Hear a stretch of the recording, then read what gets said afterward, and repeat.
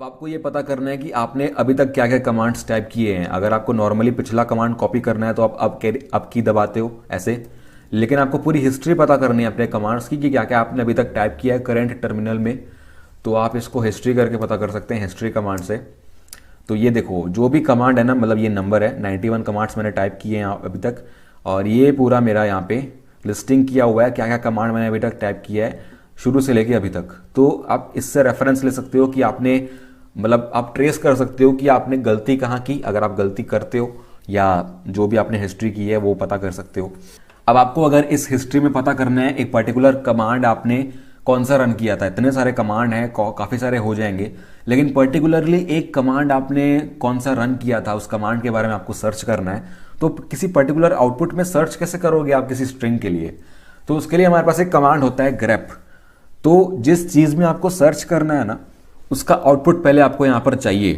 तो यहाँ पर एक और कॉन्सेप्ट हम लोग पढ़ने वाले हैं पाइप्स के बारे में। हमने रिडायरेक्शंस पढ़ लिया है, हम लोग अब एक पाइप पढ़ेंगे। पाइप का मतलब क्या होता है? फॉर एग्जाम्पल मैंने यहाँ पर एक कमांड लिखा हिस्ट्री। अभी हिस्ट्री क्या करेगा, कुछ रन करेगा, एक प्रोसेस क्रिएट होगा, वो प्रोसेस जो भी आउटपुट प्रोड्यूस कर रहा है वो हमारा कमांड लाइन में लिस्ट होगा, कमांड लाइन के स्टैंडर्ड आउटपुट में लिस्ट होगा। तो यहाँ पर जो स्टैंडर्ड आउटपुट आ रहा है std out, उसका अगर आउटपुट मेरे को किसी दूसरे कमांड के इनपुट में डालना है तो मैं पाइप यूज करूंगा। तो पाइप का सिंबल क्या होता है? Simple straight line. तो ये पाइप है मेरा। पाइप का मीनिंग यही है कि अगर एक कमांड का std out मेरे को दूसरे कमांड के std in में देना है स्टैंडर्ड इनपुट में, वहां पर जब हम लोग रिडायरेक्शन यूज कर रहे थे तो हम लोग फाइल्स के साथ काम कर रहे थे। यहाँ पर हम लोग फाइल्स यूज नहीं कर रहे हैं, हम लोग कमांड्स यूज कर रहे हैं, इसलिए यहाँ पर पाइप्स यूज करते हैं अपन। तो पाइप्स के बाद यहाँ पर मेरे को क्या चाहिए, मेरे को एक पर्टिकुलर कमांड सर्च करना है, मैंने यूज किया है कि नहीं। तो उसके लिए मेरे पास एक कमांड है यहाँ पर grep, GREP।